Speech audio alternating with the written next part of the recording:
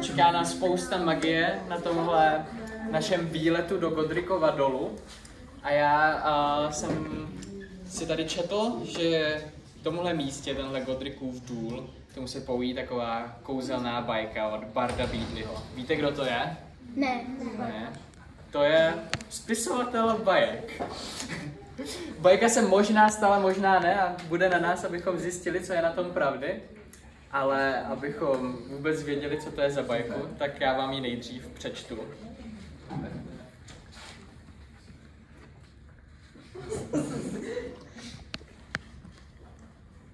Ale abych ji přečetl, tak ji nejdřív budu muset najít.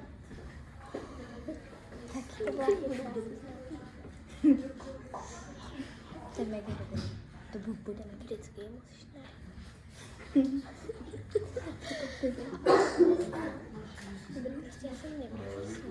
Jak jsem říkal, tenhle příběh se možná odehrál, možná ne. A jmenuje se to Příběh tří bratří. Bylo nebylo. Žili kdysi tři bratři, kteří spolu jednoho dne za soumraku kráčeli po osamělé klikaté cestě. Po nějaké době došli bratři k řece, příliš hluboké na to, aby ji přebrodili, a příliš nebezpečné na to, aby ji přepravili. Byli zběhlí v umění kouzel a čar. Jen tedy mávli hůlkami nad zrádnou vodou se okamžitě objevil most. Byli už v polovině cesty, když náhle spatřili, že k ním cestě stojí nějaká osoba zahalená v kápli. A smrt k ním promluvila. Rozezlilo jí, že přišla o 3 nové oběti, protože většina poutníků se v řece utopila. Smrt však byla prohnaná. Naoko 3 bratrům poblahopřála k umění kouzly a prohlásila, že tím, jak se chytře vyhnuli jejím nástrahám, si každý z nich vysloužil odměnu.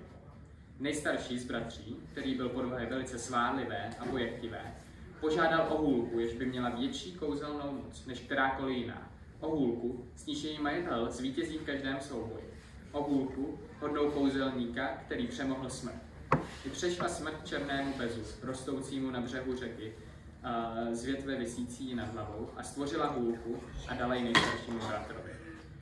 Druhý bratr, který byl povahy pyšné a domýšlivé, si usmyslel smrt ještě více pokořit, požádal jí o schopnost přivolávat zemřelé z její moci zpět k životu. I sebral smrt z říčního břehu kámen a dal ho druhému bratrovi a řekla mu, že ten kámen dokáže navrátit mrtvému život. Potom se smrt zeptala třetího bratra, co on by si přál. Nejmladší bratr byl z těch 3 nejskromnější a také nejchytřejší a smrti nedůvěřoval. Požádal jí tedy, aby mu dala něco, co by mu dovolilo opustit místo, kde se spolu setkali, aniž bude z toho vydat se za ní. A smrt mu velice neochotně věnovala svůj neviditelný plášť. Pak ustoupila stranou a propustila 3 bratry na další pouť. I vykročili, zrušeni si povídali o zažitém dobrodružství a kochali se dary, jež od smrti dostali. Uplynul jistý čas a bratři se rozdělili. Každý z nich se vydal vlastní cestou. Nejstarší putoval další týden, možná ještě déle, až došel do vzdálené vesničky a vyhledal v ní kouzelníka, s níž mluvil vepři. Jelikož byl ozbrojen bezovou hůlkou, nemohli jejich souboj skončit jinak, než jeho vítězství.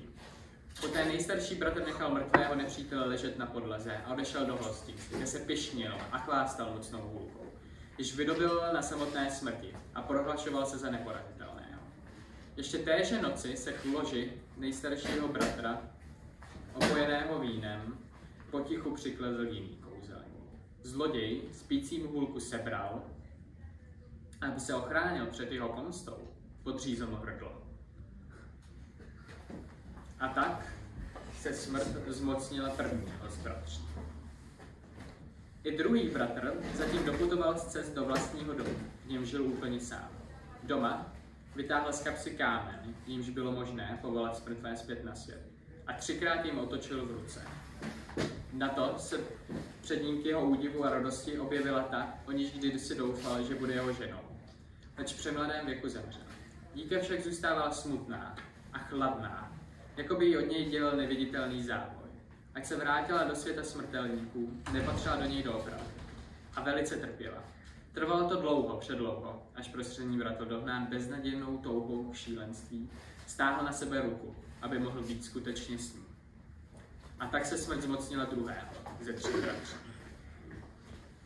Dlouhá léta pátrala smrt i po třetím z bratří, leč nikdy ho nevypátrala. Teprve, když tento nejmladší dosáhl úctyhodného věku, slékl si konečně neviditelný plášť a předal ho synovi. A poté se pozdravil se smrtí, jakožto se starou známou, ochotně se k ní připojil a co by rovnocenný poutník s ní odešel z tohoto světa.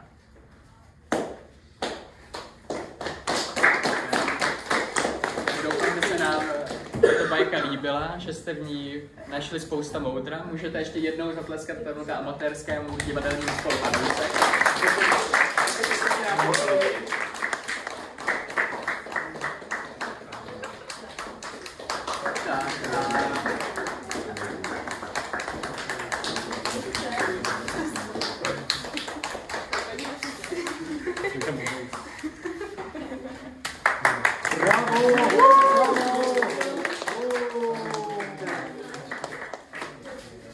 A jak jsem říkal, zítra se zkusíme odhalit. Ještě jednou? Bravo!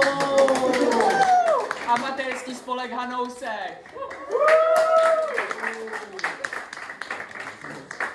Tak, zítra se pokusíme odhalit, co je na tomhle příběhu pravdy, co ne. A nyní už si vás převezme Péťa se svou kouzelnou kytarou